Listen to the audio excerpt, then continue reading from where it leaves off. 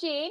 Thank you so much Hi. for joining me today. This is our first session for our Female Boss programme. So, the Female Boss programme that we're currently running through Bridge to Business is there to support students aged 18 to 30 who are keen to start up a business but are also a female.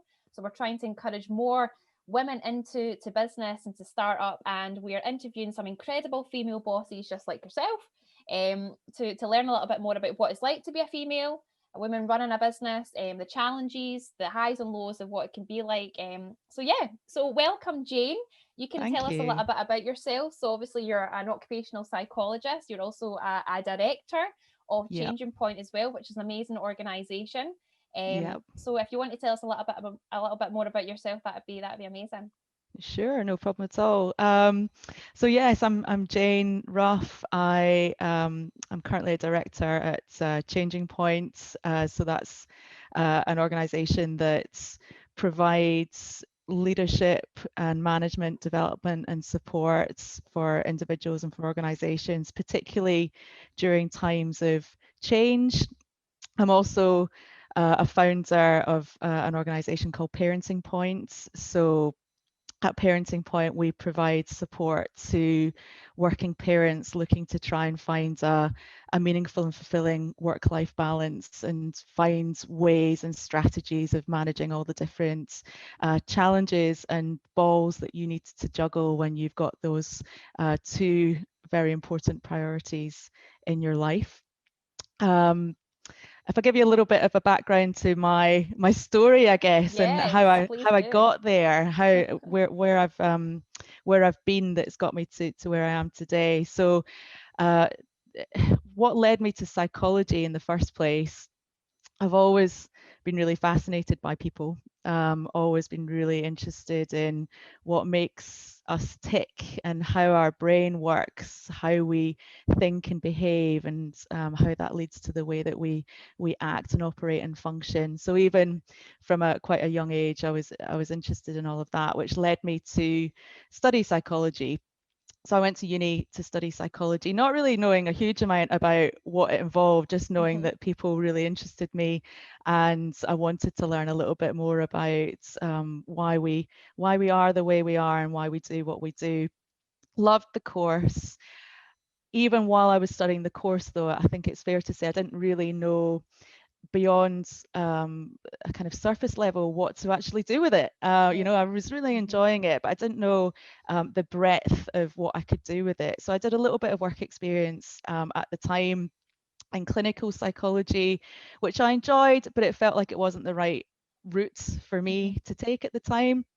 So when I left uni, I joined a firm that provided PR and advertising support in London. So there was a big pull for me to move down to the big smoke from Glasgow. So I moved down to London, joined that firm, and had a bit of a chance to put some of that psychology that I've always been really passionate about to practice looking at how do you actually motivate and influence people to Mhm.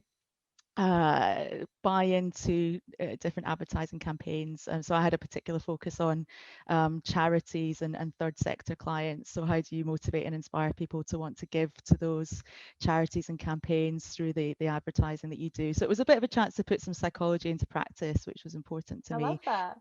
Yeah, it was great. I think just Yeah. trying to stay true to what um, what felt most important to me and what I Mhm. really was energized by, which is really actually then what led me into doing occupational psychology. So I continued to be a people watcher, even when I was working in PR and advertising. I was a people watcher and I was watching everything that was going on Mhm. around me where I was working. And it was a time when there was a lot of change going on for businesses. So it had, when I joined, it was a really flourishing business, creaking at the seams in the office that I was working in. It was really expanding quickly. So we moved into a brand new office environment. We joined with other organizations. We acquired other organizations, and that was quite fascinating to watch. And then the downturn hit. and the financial crash of Mm. 2008 2009 hit, and that was quite challenging to go through, also very interesting from a people perspective to watch how people responded, how what support people needed during that time, what leaders did well, what leaders did less well. So that led me back into psychology, and I think it had given me a clarity at that point that I perhaps didn't have initially, that psychology is really, really vast, and there's a real place for psychology in the workplace and in business. Yeah. So that I kind of that being on that journey up until that point had given me that that clarity and that opportunity to go back and do a little bit more studying around that, which I did, and that led me into a great organization where I focused on learning and development, and designing and training and development for loads of different organizations across the world. It was great. I got to go and live in New York for a bit, Oh, wow. which was That's fantastic, really awesome. great experience. Yeah. And that's then what led me to where I am Hmm. now with Changing Point. I've been with Changing Point for 6 years. It's during that time that I've become a mum as well, which has been, fantastic. Yeah. And it's that experience of becoming a mum as well as being a director at Changing Point that led me to Parenting Point and setting that up last year, particularly during the time when lots of people were trying to balance homework and homeschooling and all those new challenges that came with the COVID pandemic. So that was, again, I think just constantly trying to find a way to apply and put into practice something that I'm really passionate about, that was Yeah. relevant to where I was in my life at that moment in time. So that's my story up until now. That's what's got I me to love where it. I am today. That's so great. That's amazing. What were the biggest challenges that you found um being a mum and running Mm. your business at the same time? Because I mean that's quite a juggling act as well, you know. Yeah, it is. So I think there's probably two different types of challenge that Hmm. I've experienced. There's practical challenges. So the kind of challenges around logistics is Yeah. something that you know is really a new juggling act that you have to try and work out. So how do I manage to fit the the work that I need to do into the number of hours that I have in a day, when I've also Hmm. got to go and pick up my son from childcare and make sure that I'm able to do those two things, making the move from full time to part time, and actually some of the challenges and changes around that, because it is, that in itself is a big change when you have to change your work Yeah. patterns and how you're operating and how you're doing things. Some of the kind of practical challenges and changes around that.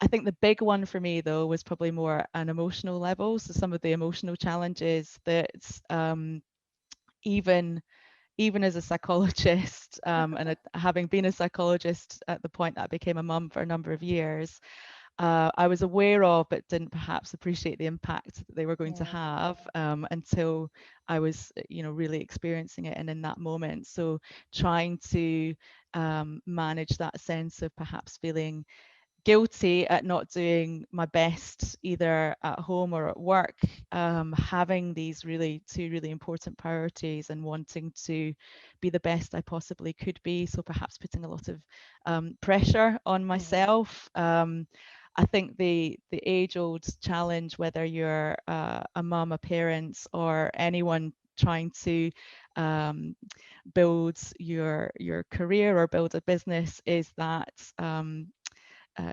challenge of comparison. So comparing, constantly comparing what I was doing to other people, and thinking, gosh, they're managing better than me, or they're doing it better than me, and having to kind of keep myself in check and remind myself that that's not necessarily the case. So a lot of emotional challenges, I think, that yeah, Hmm. I had to kind of find ways of managing those, along with some of those practical challenges as well.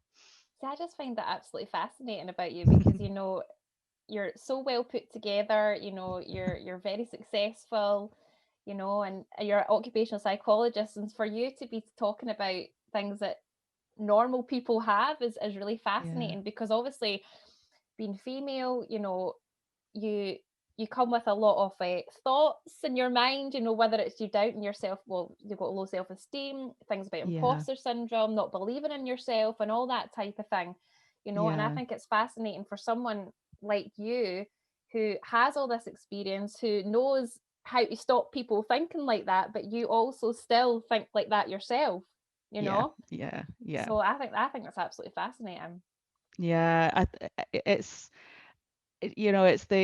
human nature to Hmm. feel all Exactly, those it is, feelings, it is. yeah, and feel all those emotions. And I mean, that's really what led me to set up Parenting Point as well, was that Hmm. someone actually said to me when I was describing to them how I felt about returning to work in particular. So it was that real push and pull at the time of, Yeah. wanting to return to a career, but at the same time being pulled in the direction of home and not wanting to leave home. And I Hmm. was telling a friend about it, and she was saying, and you feel like that, and you're a psychologist. And that just made me think, oh goodness, yeah, I do. And of course I do, because it's natural, but it's so important that people recognize that it's okay to feel like that, and it's normal, because I don't think we always get that perception when we look on social media, or we look at all the different resources that we've got out there.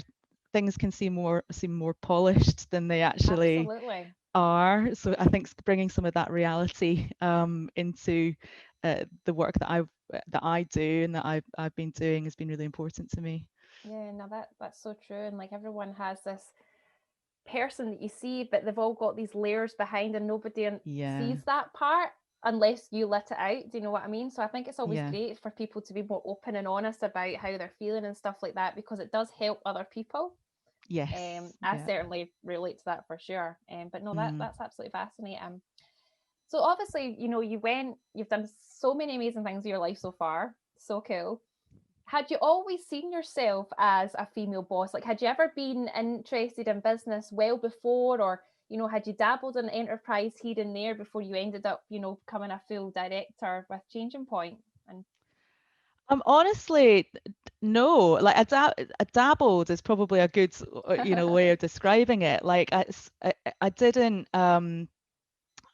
right at the very beginning of my career, I Mhm. didn't see myself as becoming a female boss, which I think that comes probably down to some of the points that you've made as well around that confidence and that Mhm. self-belief part.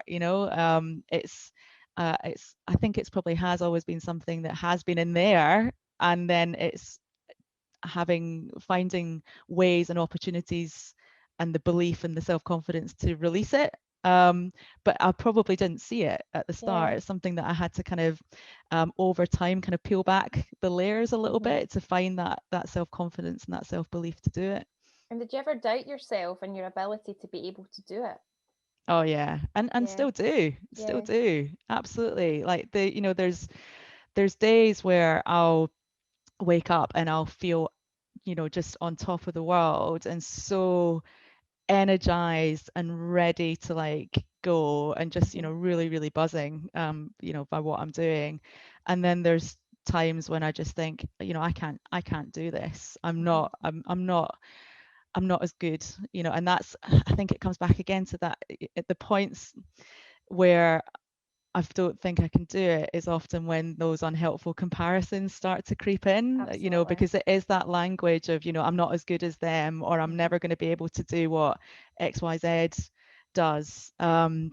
Those are the times when that kind of self-doubt starts to creep in a little bit. So absolutely. And I don't think it's ever going to go away. I don't think it ever fully No. goes away for anyone. You've No. just got to kind of learn um, how to be a bit kinder to yourself, and how to kind of talk to those feelings when they do come up. Yeah, absolutely. I've definitely experienced that before, Yeah. for sure. I think everybody has. Yeah. What sort of things do you do to kind of minimize those thoughts? I mean, obviously, you're a pro when it comes to like helping people, this type of thing. But what would be your advice to people who to deal with that, who have those voices in their head to say, oh, you can't do that, or you're not good enough? What would your advice be for that?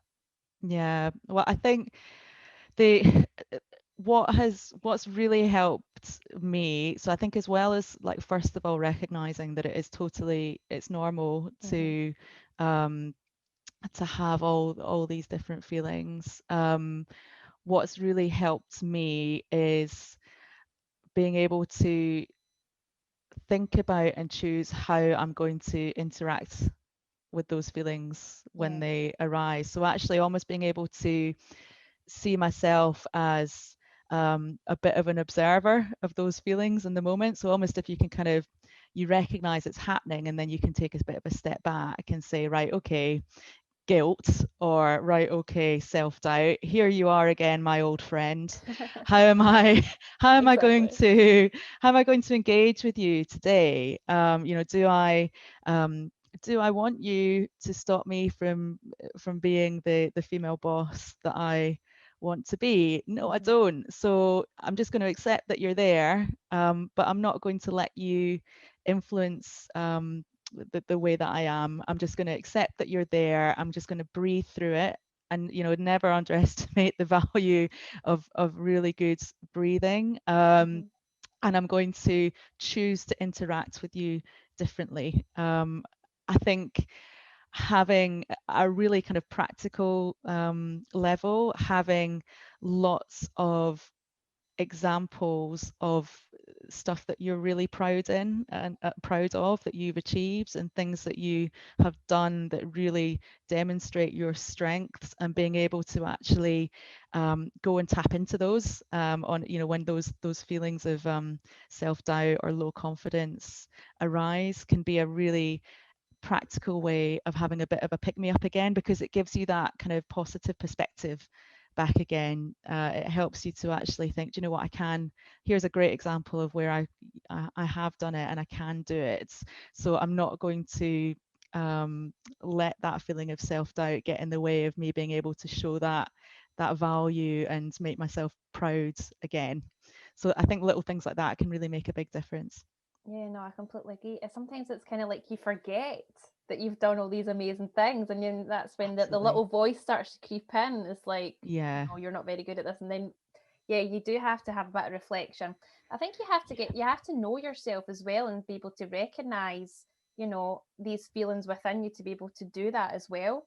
So you've got definitely. to do a little bit of soul searching and keep kind of monitoring how you're feeling inside, or notice the pattern and stuff like that, because it's definitely something I've done in the past for sure. Yeah. Oh, um that really helps. I think um being able to do that and to just give yourself time to think and reflect and know who you are and know your strengths and know your little trigger points as well. Definitely. Just being aware That's of important. those. Yeah, really, really helps. So if you were to give a piece of advice to any of the students who would be keen to start up a business, what would be the piece of advice that you would give them? Oh, goodness. That's So a big one. I think the probably a couple of pieces of advice if I can Oh yes, throw them all steal in. More the two. merrier. The first would be around would be around what we've just been talking about. So that understanding yourself, Mm-hmm.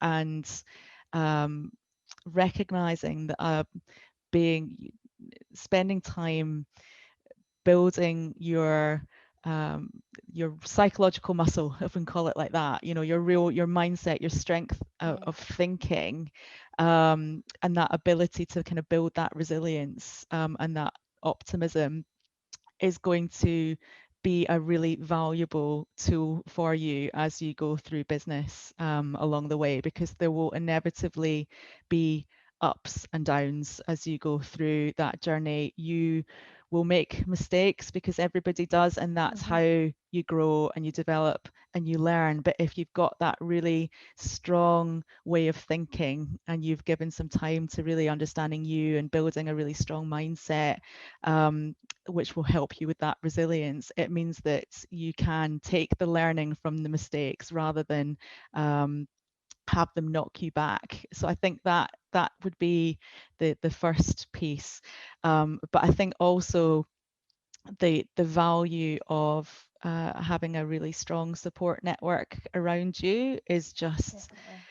so important, Hmm. because I think when you have those feelings of I can't do this, and I'm not sure I'm competent or confident enough to do it, knowing that that's okay, because nobody can do everything, Exactly. actually you have to have, even the most successful business person will have a team of people Hmm. around them who support them and give them advice and guidance and their expertise. And so building that support network, both from a kind of practical perspective, so that you've got someone who you can, or different people that you can tap into for their skills, their expertise, their ways of thinking, their guidance, but also from a support perspective, so that you've got people that you can go to and openly talk about the challenges that you're having and some of the blockers that you're coming up against, to get their insight and their experience and their perspective on what's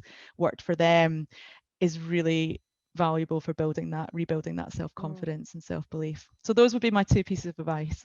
I love that, and I completely agree with everything you just said there, especially with the support network, Mike. Because I mean, running a business is hard, Yeah, and you do need people to offload to, or phone when you need a little cry down the phone, or phone people when you want to celebrate something wonderful. You do need a really good exactly. support network, whether it be a mentor or a friend or someone like that. Like, you do need people to speak to, Yeah, because it can be lonely, and it can be absolutely. difficult. So yeah, that's really important. And that as well, like offloading and getting rid of all those thoughts is good for your mental health.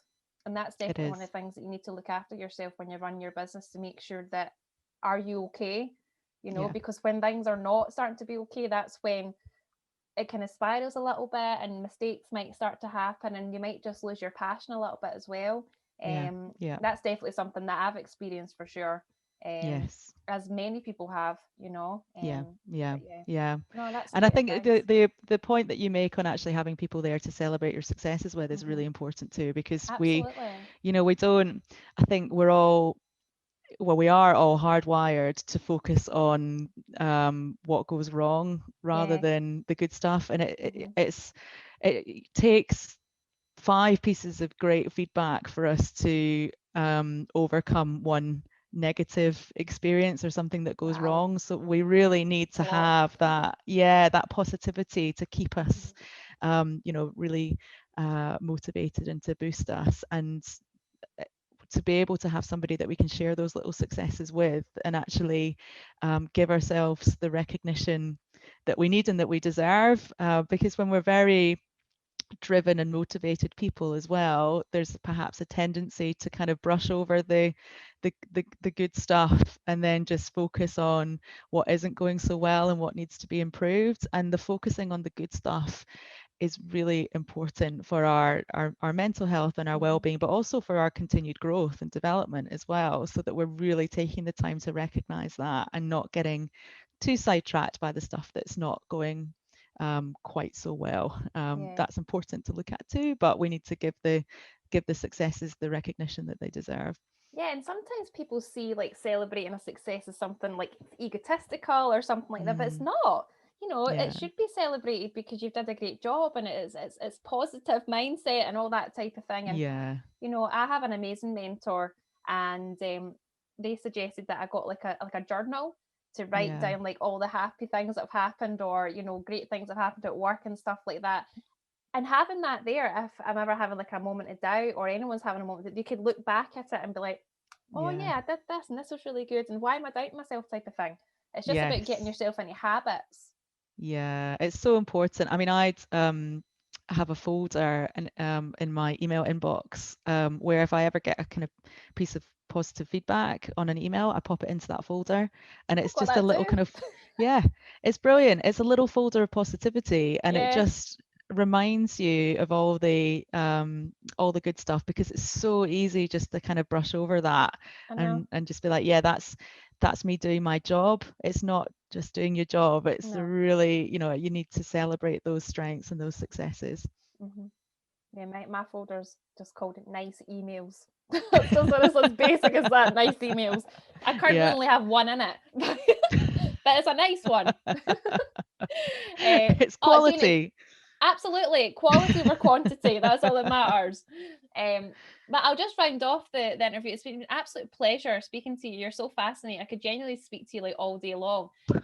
But you're a busy lady. You've got lots going on. You're very successful. What type of things do you do just to relax? What do you do in your downtime if you ever get any? Well, I love walking. I think that's, to be able to have a walk outdoors with some fresh air to clear the minds, Mm-hmm. and just to have some focused family time when I do it as well. Like that's a big one for me, and it's been a particularly big one over the last year when anything else has been a bit more Absolutely. limited. But that is, yeah, that, I mean, that's really really important to me, actually, having that walking time from a mental health perspective, Mm-hmm. and that getting that clarity of mind. I love it. I really love doing it. So the more variety, the more different places I can go to walk and have that headspace, the better. That's my number one go to. I love that. There's no better feeling than just walking outside and it's like just blowing off the cobwebs. You feel it, Definitely. I Yeah. love It that. does. Yeah, it does. It feels like an actual, it's like a real literal thing, isn't It it? That is. it Uh-huh. just feels so immediately refreshed. Yeah. And sometimes you just feel like, oh, I've just got to go for a walk. I just need some Yeah. time out. Do you know what I mean? And you do, you feel so Yeah. much better. So that's really cool. Yeah. Well, thank you so much, Jane. It's been an absolute pleasure speaking to you. I really, really appreciate you taking the time. And you, of course, will be delivering one of our sessions as well in the Female Yes. Boss, and you'll be covering a variety of different topics, mostly focusing on imposter syndrome, building Yes. confidence, and whatnot. So, very much look forward to that. So, thank you so much again for your time today. Oh, thank you for having me. It's been lovely to speak to you. Thanks, Lisa. Thank you.